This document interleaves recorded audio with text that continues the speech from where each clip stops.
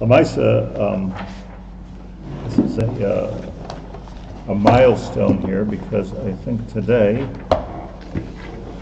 no matter how much I want to talk, I want to finish shaar alef of Nefesh Hachaim, which is the end of parak chaf beis of Nefesh Hachaim, which will possibly breaking a world record because this is shaar number 116, I believe, on the first shaar of Nefesh Hachaim, which is not necessarily a mila. It just takes me a long time to understand things. Even longer to explain them, and I still don't know if I understand the shaar alef of Nefesh Hachaim. But it's not just the whole thing in the original Nefesh Hachaim. The whole thing is maybe 20 pages. So spend 116 or 110 hours on 20 pages. At least it should be a covet for the Nefesh Hachaim who founded the whole yeshiva world. So here in parak chaf beis, we've been talking about for the last 3 shiurim loy b'shamayim hi, and just to review the main yesod of it is that loy b'shamayim hi means that since Moshe Rabbeinu gave the Torah to Am Yisrael, so the Torah changed positions from the olam of Yetzirah to the olam of Asiyah. How do I know the olam of Yetzirah? Because the olam of Yetzirah is where the malachim are. The olam of Bria is where the neshama klali is. The olam HaYetzirah is where the malachim are, amongst other things. But that's one of the things that happened. So we see when Moshe Rabbeinu went up to Har Sinai, he was arguing with the malachim. He wasn't arguing with Hashem. He wasn't arguing with other times he argued with Hashem. But here he was arguing with the malachim. So he was arguing in the world of Yetzirah, and the tug of war there for the Torah was, I want to bring it into the world of Asiyah. So this was a huge a paradigm shift for the Torah to be in the world of Asiyah. And at that moment, when he had nitzachim, when he was victorious over the malachim, and he brought the Torah to the world of Asiyah, and the main argument was that that's where the Torah belongs anyway. Why would this? Think back of what you all know, the Gemara in Menachos. What did he say to the malachim? What do you have with Leisignoi? What do you have with Kabbalas Avicha V'Asivacha? You have a father and a mother. What do you have with the Torah? So the whole Torah belongs in the world of Asiyah in any case, not just because. That was not just because that's the only place where the mitzvah is supplied. The mitzvah is going to come out in some other form, perhaps, but because the whole purpose of the creation of the world was to have a fulfillment of the Torah. It's not that the Torah is inappropriate for the world, but the world is inappropriate for the Torah. The Hashem created the world. She should have a dira b'tachtonim and istakol baraisa bara alma. Point being that the Torah took a shift. It took a leap down to this world. And at this point, and the Nefesh Hachaim points this out, and I don't know, we've mentioned it already for 3 shiurim, don't know that anybody else points it out as carefully and as succinctly as he does. At this point, everything changed. At the time of Matan Torah, everything changed. Why? Because now Torah is all about the world of Asiyah, and it's no longer about higher worlds.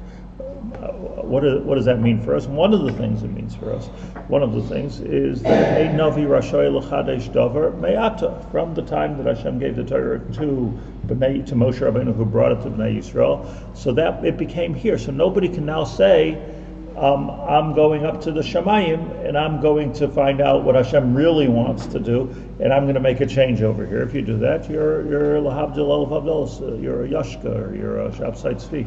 That's what they did. Anybody can start a religion and say God talked to them, but the point is that there is that change can't take place. What we need to understand though is what then did Chazal do? That's his next point. But just to get 100% clear, Torah is loy b'shamayim hi now. Before Matan Torah, it was b'shamayim. And since it was b'shamayim, it was possible for Yaakov Avinu to put his head in shamayim and to understand that he should do what the Gaon calls an Aver Lishma, marry 2 sisters, or Amram Nasa Doidasai, or many, many other examples of things which are connected to Torah, which you could do as long as the Torah is b'shamayim. Once the Torah is ba'aretz, you can't do that any longer. It's in the world of Asiyah. It's fixed. It's what's it called in the chemical world where something Actually, not the word I'm looking for, but it's the chemical reaction is such that it can't be undone any longer. Irreversible. Irreversible. Chemical term. Okay. You created a new bria. Maybe I'm asking for repetition, but when Moshe Rabbeinu puts his hand on Kisei HaKavod in that debate, what does that mean? It means that he was arguing with the Malachim in the world of Yetzirah, and the Kisei HaKavod is in the world of bria. So which is the world of neshamas. So really, what was going on here was a machlekes between the olam of neshamas and the olam of malachim, or the olam of bria and the olam of Yetzirah. So Hashem gave him an eitzah, and he said, "Achois b'kisei hakavod b'hachzir lahem tshuva." You're betzim coming from even a higher world than they are. Even though you're trying to bring the Torah to a lower world, you're actually coming from a higher world than they are. So achois b'kisei hakavod b'hachzir lahem tshuva. And that's what we can do. The Hey Shmei Rabbi. That's what that we do. Yeah. So much. It's called a chemical change. And a chemical change, then it's zeros. Okay, is it? Chemical change. Yeah, my point being, for scientific words, my point being sometimes there's no going back. You know, I don't know, I'm not a chemist, but Moshe's a chemist, but go try to turn water into hydrogen and oxygen. So you can do it, but it's unless you're some kind of an alchemist or something, like it is what it is. It's become a new bria. Pan Machadash as well. So like with the Torah, so there's a new bria of Torah, and we have to be Messiache students in the world of Asiyah. Al Pizah, I want to just finish off here and try to understand his final point.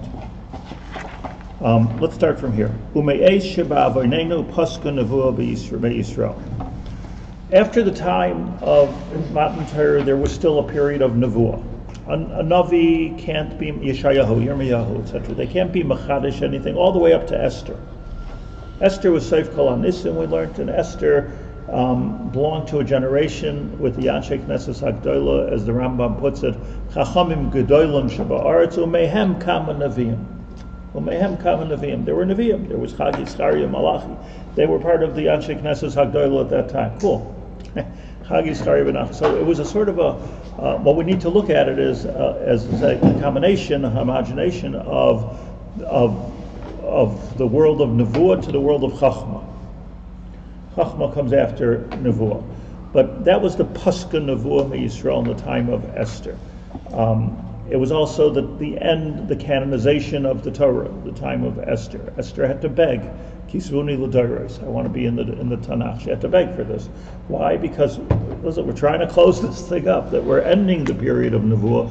So Tanakh is coming from up to down, and Torah Sheba'al Peh, Gemara, Mishnah, Chachamim, coming from down to up, using our Chachma. Esther was on the cusp of that, and Hanukkah is already way after that, where it was all Milamata Lamala. Okay? So we had the period of Nevuah. What was the significance of Nevuah? So I just want to say something here. The Gemara says that Nevi'im have only two purposes. The Gemara in Megillah, Yud Gimel, I think, only two purposes. One of them is to tell people to do tshuva, and the other one is to talk about, to be mechazik people in the fact that Mashiach is coming. There's going to be the Gemara says there's only two things that Nevi'im are there to do. They're not there to say halachas. They're not there to. They're there to. And this is what the Nevi'im did. All the Divrei Nevi'im is all about tshuva and Mashiach and the Gula. That's all they talk about. What else is in the Nevi'im? Obviously, two very, very important things, but they're not halachic things, meaning they don't change anything. They give us growth and they give us hope. That's what the purpose of Nevuah is. If you see something in the Nevi'im, which, if the Gemara sees something in the Nevi'im which is outside of those two things, so then you have to ask a kasha. The Gemara will ask a kasha. Ein Navi Rashoy L'Chadish Davar Me'ata. That can't be a Kiddush in the Nevi'im. The whole purpose of the Nevuah has to be in one of those things, by the way, which includes personal tshuva, not just national tshuva. The person could go to a Navi if you can get an appointment.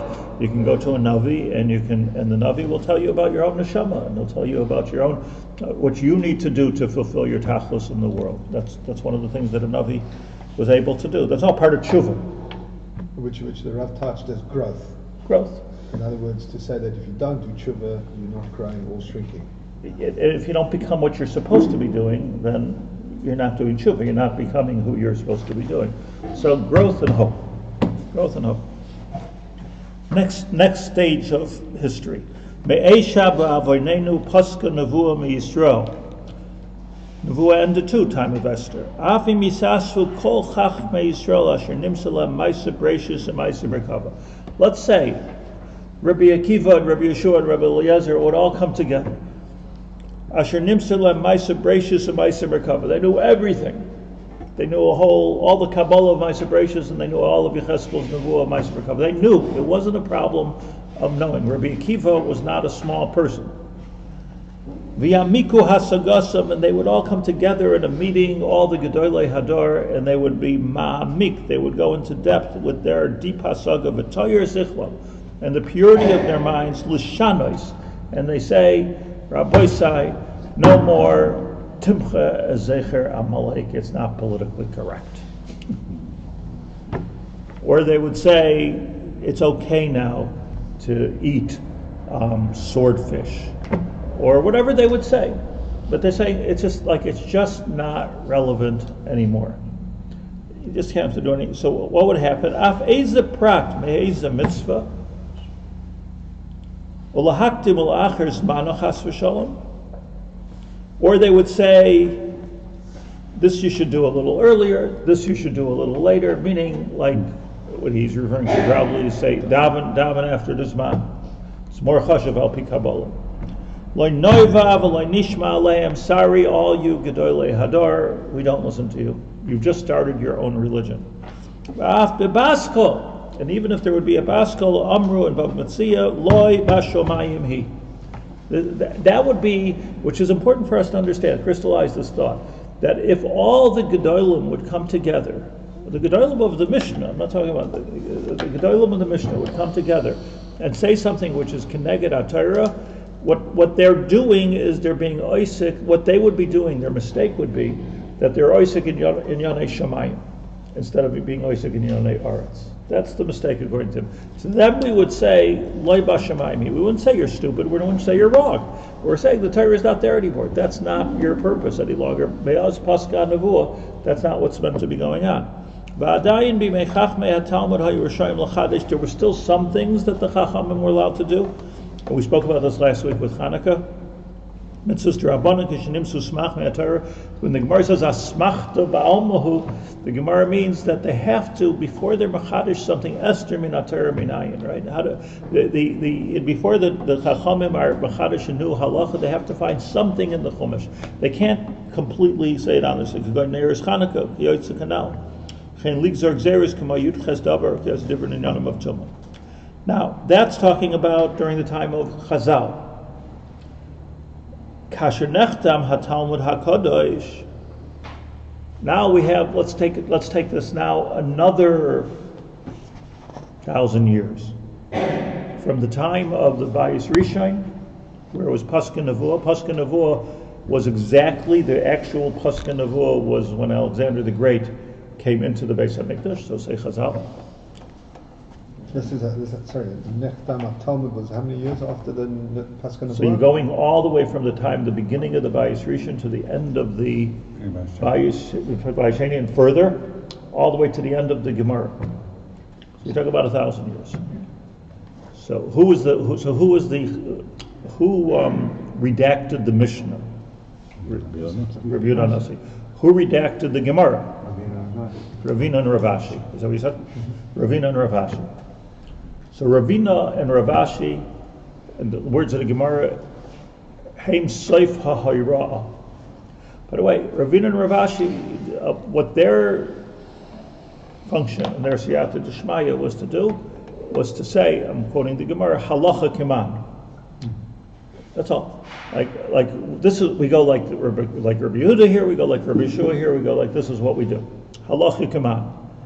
Once Ravina, now this is a very, very big kiddush, because once we say Ravina and Ravashi died, there was the chasima of the Talmud Bavli as we know it. Then that was another paradigm shift. This is a paradigm shift which is not usually talked about. I'll tell you why. Because the Gemara says that there's 2,000 years of Toyu Vavayu, there's 2,000 years of Torah, and there's 2,000 years of Yemais HaMashiach. The 2,000 years of Toyu Vavayu end with Avram Avinu. Avram Avinu was born in 1948. When he was 52, he started to disseminate the Torah as he understood it, his Nevuah, and that was 2,000 years of Toyu Vavayu. We started being civilized with Torah. The world started getting civilized with Avram Avinu. From Avram Avinu took another 2,000 years, and those were called the 2,000 years of Torah, which ended exactly with the redaction of the Mishnah of Rabbi Yehuda HaNasi. It was exactly 2,000 years. So you're talking about, this was, I think, 40 years after Rabbi Yehuda HaNasi was nifter. It was exactly 2,000 years, and that's when the Mishnah actually came out to the world. The Mishnah, in other words, the Talmidim were working on Rabbi Yehuda HaNasi. He had a Gishmak HaKoil putting together Torah Shuvah. So that's 4,000 years. 40 years after he was nifter? Yeah, it was the year 4,000. He's the one who, it should have ended when he was nifter if he was on the... No, it did end, but they were just they were busy writing it up. They had scribes. It did end. Nobody wrote anything though. So you're talking about the end of 4,000 years when we received the Torah Shabbat Peh. So that's 4,000 years. And now, since then, it's the last 2,000 years is Yemais HaMashiach. So if it's Yemais HaMashiach, what's it going to do with Ravina and Ravashi?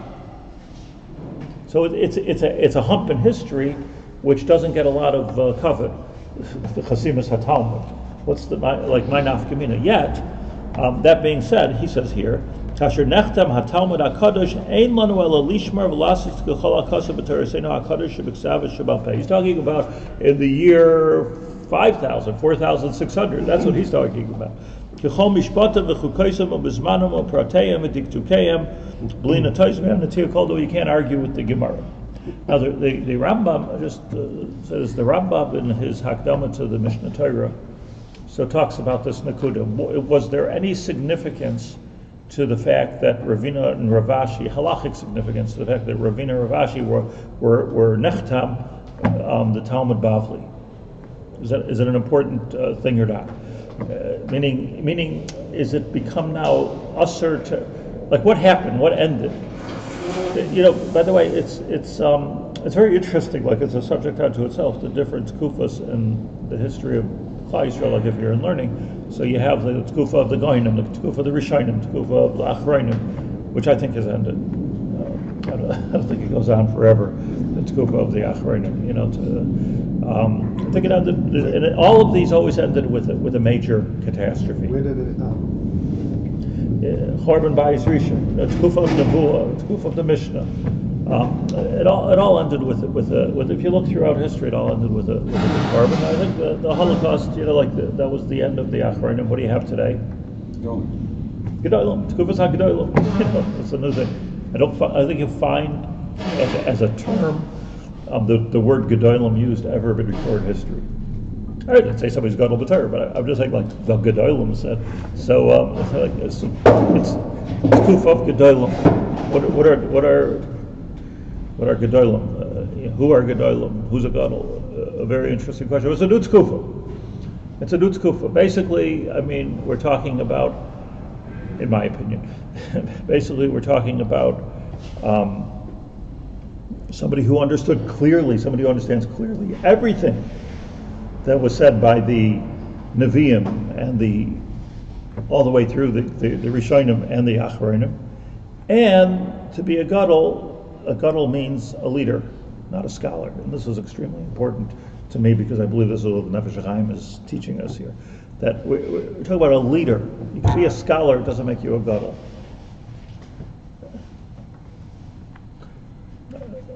How come nobody's shooting me? I'm going to say it again. Makes sense. Yes. In other words, you say such a person is like, wow, like he's really a Gadol Ador, just nobody knows about him.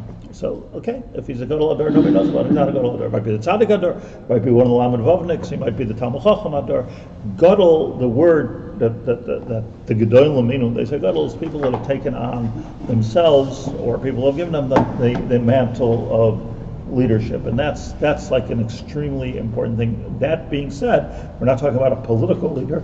We're not talking about an NCSY director. We're talking about people that know everything that they need to know. Talmidei Chachamim Muflagim that can use the Chachma that they have to lead the generation. That's what we need to look for when we're looking for Gedolim. I don't know that like somehow it's the Rosh Yeshivas are the Gedolim. Okay, no, I'm not just because somebody's a huge Talmud Chacham, I'll lay down on the ground for him to walk over me. I have no, but in terms of Talmud Chacham is Talmud Chacham, but in terms of a Gadol or Gadol Hador, we're talking about Hanhaga. We're talking about Manhig. In Hanhaga, it has a lot of different areas to it. There's Hanhaga of Halacha, there's Hanhaga there's political Hanhaga, there's a lot of different Manhigim. And there's a lot of different kinds of Jews, but you need a lot of different kinds of manhigim. But that's what a Gadol is. How do we understand the Gedolim in the context of, how did you term it, scholars? In other words, their Torah that they're saying over is not Chidushim, they're not being Mamsi something. A Chiddush today is a deeper understanding of what was said before. That's what a Chiddush means.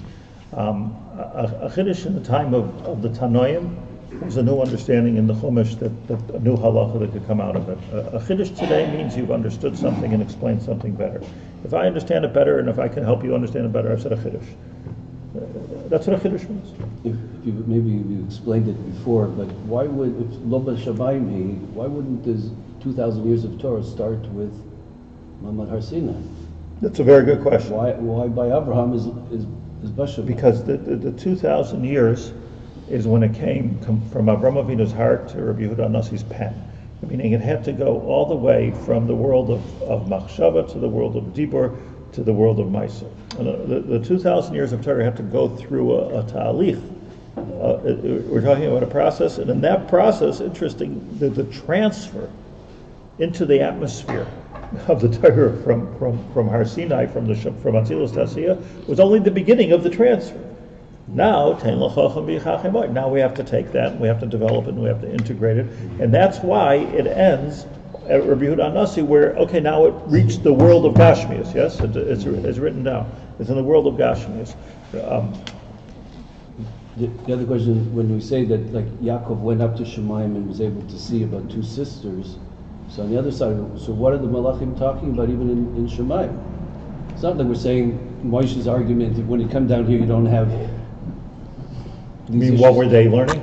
So what would they say even up in Shemaim, if that's the way Torah is in Shemaim? Look, so this is a very important question, because if I understand what you're saying, the Torah has many dargis to it, and the simple way you can understand is Kavidas Avicha Vesinecha. It's like Shiluach Hakan. So you take Shiluach Hakan, you can take a bird and send it away from the eggs, and take Habanim Tikachlach. You could also say in the world of Malachim that it refers to the Kadosh Baruch Hu moving away Knesset Yisrael from its home. And there's so many different madrigas which are all in pshat, if you will. But in the world of Asiyah, it has to do with eggs and chickens. That's the key. In the Malachim, we're dealing on a higher level, and that higher level, it's hard to it's like they were in Koilel. Like, what are you doing with bringing the Torah out to the street? To them it was, why are you lowering it to the world of Gashmias? But the answer is that Moshe Rabbeinu had a real challenge there. You're taking the Torah, what are you putting the Torah in the gutters? In the Hasidic world, in the Hasidic world, it's like the lower down you go, the better, right? Malon Atzoitzis, like down further. You permeate, get deep and drear. That's the way you have to do it. The Baal Shem Tov was busy his whole life of trying to find the water carriers and the tailors and because he was trying to go, not that they're low, but it was the Amaratzim, Am Haaretz. He was going to the lowest places and trying to make that also Kadosh. Somehow or another, that's also changed. Like, the Hasidim have become like more, you can't join us. Something's happened there also, something weird. But that's the original kavanah. The original kavanah was like the sparks, to find the sparks. So it's. So I don't want to be controversial, but if somebody today says that having a smartphone is an Isra D'Oraisa, is that transgressing in a sense what the Nefesh Hachaim is saying. You know, as soon as you said I don't want to be controversial. Got excited, right? I was at a show once when somebody giving the show said This is that right. it's the right to have a smartphone. So and people say those kind of things today. So is that like? Look, if that's a Gedolim say, that's a Gedolim say. I'm not going to argue. I'm not talking about He- smartphones. he was But the a- Nakuda, you know, being that wasn't so controversial, let me say something. I'll do. Look, I say Gedolim are leaders, and leaders are meant to lead. And to lead means to look at where we are in history, and to examine what is the avodah of Klal Yisrael right now. Right now, let's talk about it in terms, like I did before, in terms of post-Holocaust. What's the avodah right now? You could say the avodah right now has to do with the fact that we have Eretz Yisrael. Even Satmar Hasidim say we have Eretz Yisrael. They hold the avodah a little bit different than we do, but there's an avodah, that's an afkamin. Avodah now has to do with that there was whatever 60-70% intermarriage and assimilation. The avodah, there are a lot of different things that are going on now that were different than what was going on in Europe before the Holocaust and in the time of the Rambam is different. So the pshat in the Gedolim is to examine the issues that are on the table today, and there's issues of our yachas with the government. It's different than it was before Europe, where the government was just trying to kill us in Nazi Europe. They're just trying to kill us so you can pay your taxes. Didn't make any sense. Like we give them money, but here's 12% of my income, go build yourself a gas chamber. What are we going to do? It didn't make any sense. But today, we're a whole different story. Let's say in the United States of America, the United States of America is helping Israel right now. So why aren't we supporting them? Right? They're declaring Yerushalayim the capital. They're releasing what's his name, Rabashkin. Like wonderful, like the Mashiach. So it's a different. So you need Gedolim to come and to really sit together. That's a big one, and to really discuss dvarim ha'omdim ala perik. Different things. I've mentioned 3. There's probably 50. To me, I'm not a gadol, so how do I know? But to me, the cell phones are at the bottom of the list. Because first of all, I'm not saying it's you got to be very, very careful with these phones, because with smartphones, because I could tell you that just in my little ministry here, so much tsaris comes from overexposure. Nothing else. I don't know. I don't know what it is, but it's. I could just tell you that kids and adults are way overexposed. Not to mention the amount of time and the addiction that people, just the addiction to email and to information and to Google and to, it's crazy. It occupies hours of people's days, and then they go away depressed and without even getting to the pornography and everything else. It's an extremely dangerous thing. However, there's also, and here's what I would say is what the Gedolim need to discuss is, on the other hand, has there ever been a situation in history that can bring the whole world together in one conversation?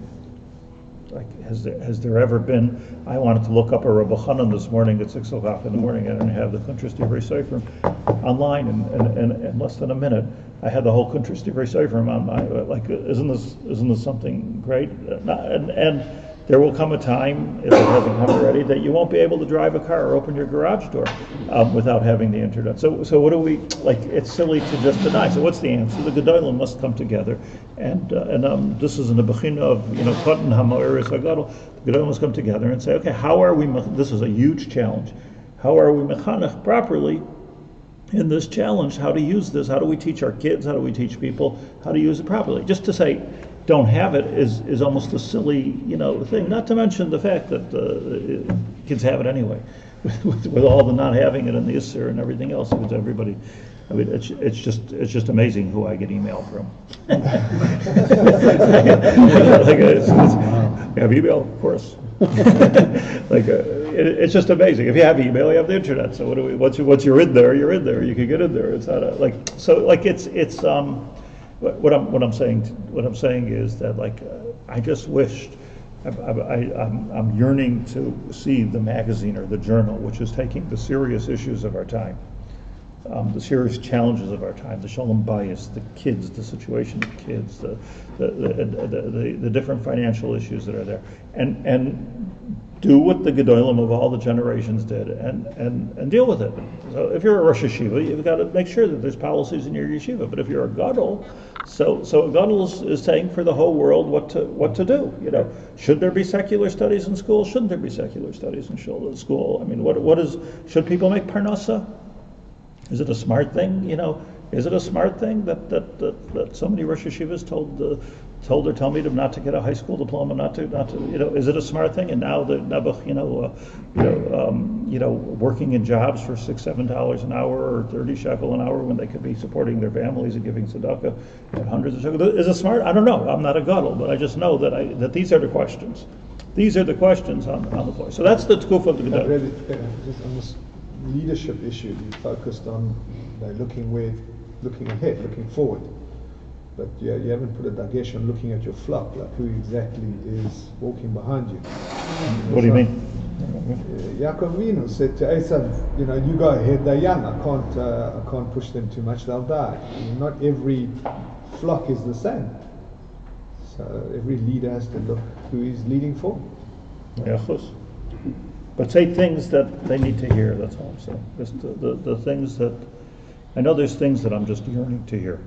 I'm sure everybody is. I'm just yearning to hear. I'm yearning for some hadrach. I don't want to hear politics. This one's bad, that one's bad. I want to hear what's the correct yachas to all the different, and you can't go into yesterday's thing. So let me finish because this gets more fun as we finish this shaar. Kasher nechtam haTalmud HaKadosh ein lanu ela lishmar v'lasis k'chol chayso b'tzereseinu HaKadosh b'ksav v'shabbat. I started mentioning this. I was in the middle of a sentence before I interrupted myself. That the Rambam in the Hakdama to Mishnah Torah talks about the paradigm shift of Ravina and Ravashi. He says that was also an end of its kufa. Chiddush, as I say, is that it wasn't the end of 4,000 years, the end of 4,000 x hundreds amount of 460 years, whatever it was. So he explains that what happened with the end of Ravina or Ravashi was that there was a pizer from Bavel, a pizur. It was a sort of a galus, and the Rambam says that once there's this the Gedolim or the Chachamim of that time are not sitting biyachad, you can no longer have a Talmud Bavli. Meaning, whatever anybody's going to say, they got thrown to Morocco or to Poland or wherever it is that the Kehilos were thrown from, wasn't concentrated in Eretz Yisrael Bavel. It wasn't concentrated. There was no communication. There was no internet. So once that happens, says the Rambam, there's no way that anybody can establish a halacha for everybody. Just that we don't have a mechanism. By the way, I think that the internet can be that mechanism. Talk about saying controversial things. Throughout history, we've never had in Bavel that we're all together. We're all together. We've never had it. You had it in the Lishkas Hagazas, and Bavel was able to get together. Pumbedisa and Narda, they did get together and they talked, and then they brought their psakim to Eretz Yisrael, and there was a communication there. Now, then after that, with the way the Gullus turned out, so many countries and so many different things. So it was it got sotzeflagen, and then you had the next big deal was the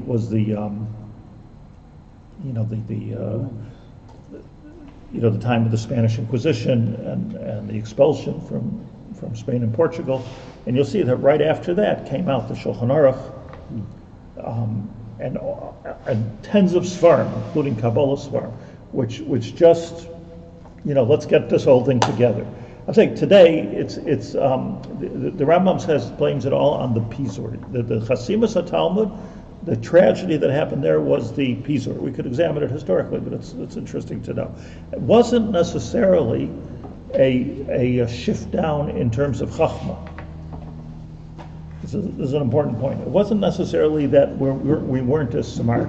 Now, I'll just tell you that being said, that the Vilna Gaon argues with the Rambam, l'chayra, because the Vilna Gaon says that from the time that of Ravina and Ravashi, there's no more bina. There's no more bina. We don't have the ability any longer. So we're sort of less intellectually. But that's not what the Rambam says. And the guy is the guy. But that's not what the Rambam says. He says it's a matter of Pizor. So keep this the shaila in mind.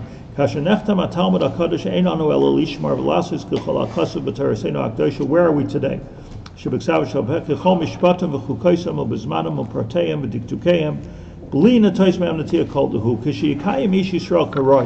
And here's really the punchline starts here. And I want to finish the part, so I'm going to have to go 5 minutes over. If a person today does a mitzvah, you have no kavanah for the mitzvah. I'm just a pasha yid. Tell me to put on tefillin, I'm putting on tefillin. I'm not shake the lulav, I shake the lulav. Just tell me what pasha yid. So you gotta say, I don't know. I'm not the intellectual that understands what's happening in the olam oisel yonas when I put on tefillin. I don't know. I'm just doing it.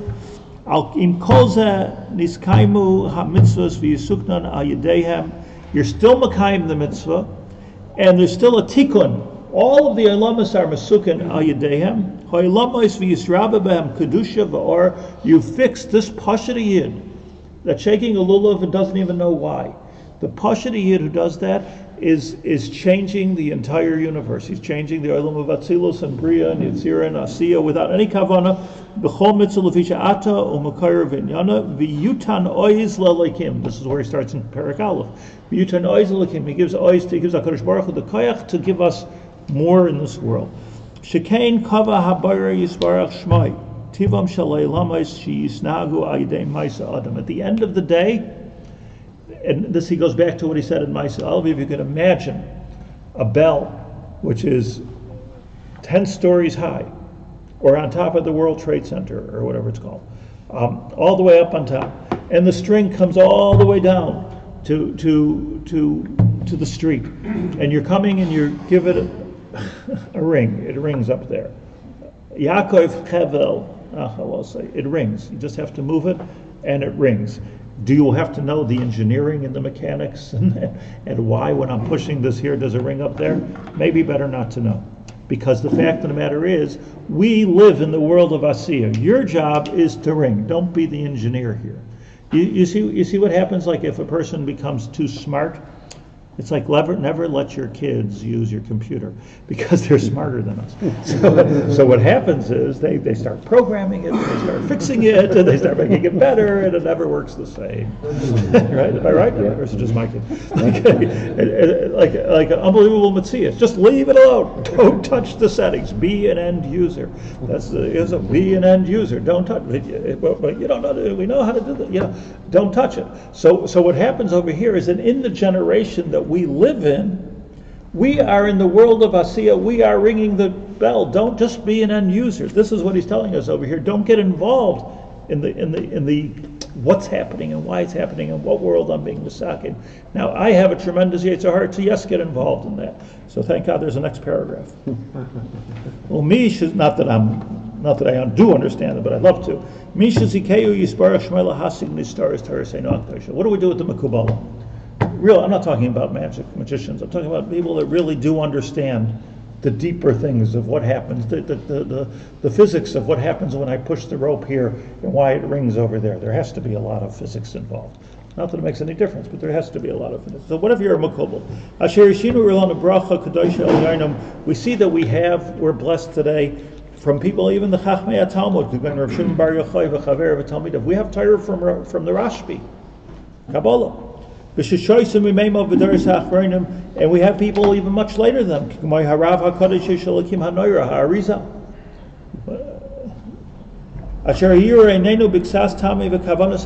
They told us the deep physics of what's going, or what's the spiritual word for physics? The Greek, the physics that's going on in Shemayim. The metaphysics. Or more. Who rak kadeshi yisbainin kol, that, what's the purpose of all that knowledge? What's the purpose of knowing the Torah of the Rosh Bar Yochai, Torah HaRizal? All of Torah HaChasidus, by the way. I mean, the real Torah HaChasidus is Kabbalah. Kabbalah for people. You know, Kabbalah, but look at Chassid, Rabbi Yaakov Hillel was a Rabbi and was a chavrusa of mine for many years. He told me that if somebody, he says everybody should learn Chassidus. Yeah, well, but Musar is Musar, but everyone should learn Chassidus because that's the Kabbalah that everybody needs to know. The Kabbalah that everybody needs to know is what you need to inspire you to do a mitzvah properly here in Olam Asiyah. You don't need to know how to make tikkunim in Shemayim. Because the Baal Shem Tov made it accessible to the... That's right. You see, you can always ask a kasha. Here, the Baal Shem Tov is for the simple man, and he's the one who told everyone to learn Kabbalah. Hello, like what's a steer? So the answer is that he understood that taking this chachma and giving it to putting it in a way that everybody can get it and everybody can understand it, and it inspires us to do the mitzvah better. But where's our mitzvah? Here. That's the key. So this is what he's saying. Hu rak kadei, the all purpose of all of this knowledge in Kabbalah, including this sefer. Hu rak kadei sheyisbarnin kol echad lefi sichloi v'asagasei ad heichen magian kol protei ma'asav v'dibur v'achshavaisav. You should know what you're doing. You're ringing a bell in the Shemayim when you push the string over here. You should just know. Even an Amoritz can know that. And you know it a little bit better, you know a little bit better. What a hisayrus it is to know that you could be making peace in the world by putting on tefillin, even if you have no idea how it works. Just to know it is so inspiring. How much